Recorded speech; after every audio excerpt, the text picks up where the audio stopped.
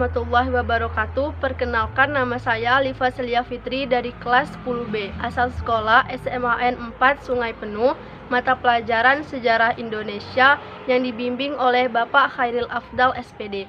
Baiklah, di sini saya akan menjelaskan tentang terbentuknya Kabupaten Kerinci dan Perang 3 Bulan melawan Belanda. Bentuknya Kabupaten Kerinci dan Perang 3 Bulan melawan Belanda. Kabupaten Kerinci adalah salah satu kabupaten di Provinsi Jambi. Kerinci ditetapkan sebagai kabupaten sejak awal berdirinya Provinsi Jambi dengan pusat pemerintahan di Sungai Penuh. Pada tahun 2011, pusat pemerintahan berpindah ke Sulang. Nama Kerinci berasal dari bahasa Tamil, yaitu Kurinci, yang merupakan nama bunga yang tumbuh di daerah pergunungan India Selatan. Berdasarkan catatan Cina, menyebut ada sebuah negeri bernama Koying yang berdiri pada abad ke-10 Masehi, terletak di sebuah daratan tinggi dan memiliki gunung api. Beberapa ahli berpendapat bahwa Koying identik dengan daratan tinggi Kerinci.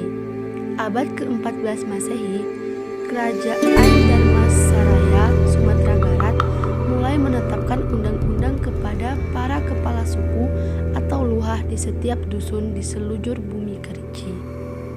Kepala suku itu disebut Depati, sebagaimana yang tercantum dalam Kitab Undang-Undang Tanjung Tanah.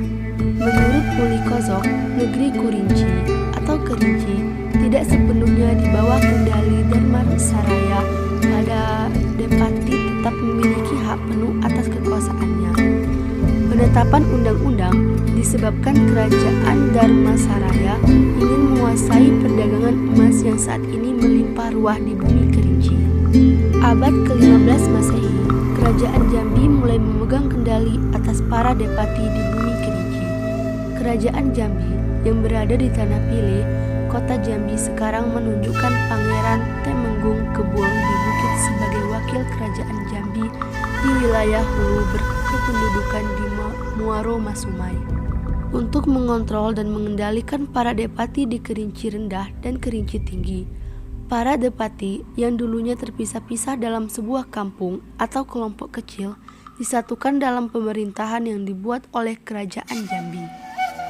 Pemerintahan ini disebut dengan Pemerintahan Depati 4, berpusat di Sandaran Agung abad ke-16 Masehi. Terjadinya perjanjian di Bukit Sitinjau Laut antara Kesultanan Jambi yang diwakili oleh Pangeran Temenggung, Kesultanan Indrapura diwakili oleh Sultan Muhammad Syah Bendara Putih dan Alam Kerinci, diwakili oleh Depati Rijo, Telang, dan Depati Rajomudo. Isi perjanjian tersebut intinya untuk saling menjaga keamanan antar tiga wilayah, sebab saat itu banyak para penyamun dan perompak yang berada di jalur perdagangan antar Kerinci dan Indrapura maupun Kerinci sampai Jambi. Abad ke-17 Masehi, terbentuknya pemerintahan Mandaponan Salapai Helal Kain yang berpusat di hamparan rawa, serta beberapa wilayah otonomi tersendiri seperti Tigo Luhah Tanah Segunung di Sulak, Pegawai Jenah Pegawai Raja di Sungai Penuh. Halaman tahun 1901 Masehi, Belanda mulai masuk ke alam Kerinci, melewati Renah Cikur, hingga terjadi peperangan antar rakyat Kerinci dengan beberapa pasukan Belanda.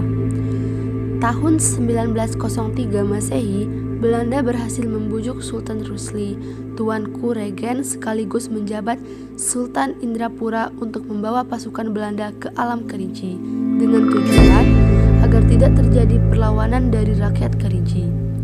Ternyata yang terjadi sebaliknya, perlawanan rakyat Kerinci begitu hebatnya hingga terjadi peperangan selama 3 bulan di Pulau Tengah. Peperangan Pulau Tengah di bawah komando Depati Parbo memakan korban perempuan dan anak-anak yang begitu banyak sehingga Belanda membakar habis kampung tersebut. Tahun 1904 Masehi, Kerinci takluk di bawah pemerintahan Belanda setelah kalah perang dan Depati Parbo dibuang ke Ternate pada masa pemerintahan Hindia Belanda. Pada masa itu, Kerinci dijadikan wilayah setingkat Onderaf Diling yang dinamakan Onderaf Diling Kerinci Indrapura. Setelah kemerdekaan, status administratifnya dijadikan Kabupaten Pesisir Selatan Kerinci. Sedangkan Kerinci sendiri diberi status daerah administratif setingkat kewedaan.